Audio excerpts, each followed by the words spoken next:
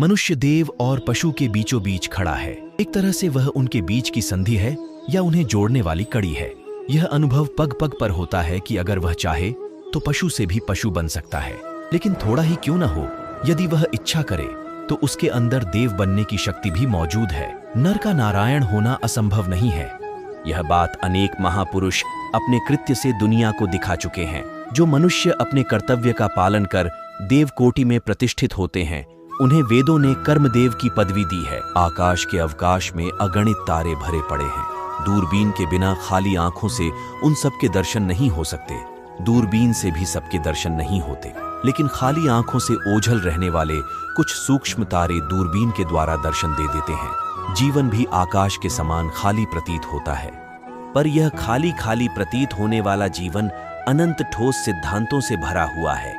केवल बुद्धि के द्वारा उनमें से बहुत ही थोड़े सिद्धांत ग्रहण किए जा सकते हैं। तपस्या की दूरबीन लगाने से कुछ सूक्ष्म सिद्धांत प्रकट होने लगते हैं। इस तरह का कोई नया तत्व जो देख पाया हो उसे मंत्र दर्शन हुआ, ऐसा कह सकते हैं। उसी को ऋषि कहते हैं। ऋषि शब्द का मूल अर्थ है मंत्र दृष्टा, अर्थात मंत्र देखने वाला। यह कथा प्रसिद्ध है कि विश्वामित्र ऋषि ने कठिन तपस्या के द्वारा गायत्री मंत्र प्राप्त किया। भगवान श्री कृष्ण ने गीता के माध्यम से अर्जुन के बहाने सारे जगत को कर्मयोगी बनने, कर्म करो और फल की चिंता मत करो का उपदेश दिया। आसुरी शक्ति कहती है हक की रक्षा करना मेरा कर्तव्य है। देवी शक्ति कहती है कर्तव्य करते रहना मेरा अधिकार है। पश्चिम की संस्कृति को आसुरी शक्ति की लालसा है, पूर्व की संस्कृति को देवी शक्ति से प्रेम है। लेकिन वास्तव में अधिकार शब्द का मूल अर्थ अपने हिस्से का काम या कर्तव्य ही है। जब ज्ञानी कहलाने वाले लोग कर्म से ऊबने लगते हैं या कर्म करने से शर्माने लगते हैं, तब राष्ट्र के पतन का आरंभ होता है। यह नियम एडवर्ड गिबन ने रोम के इतिहास में लिख कर रखा है और हमारे यहाँ के संतों, कवियों और आचार्यों ने यही बात एक स्वर से कही है।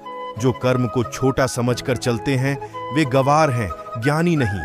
यह वाक्य तो ज्ञानियों के राजा संत ज्ञानेश्वर खुद कह गए हैं। सच तो यह है कि ज्ञान न तो कर्म से डरता है, न उसे अपनी शान के खिलाफ समझता है।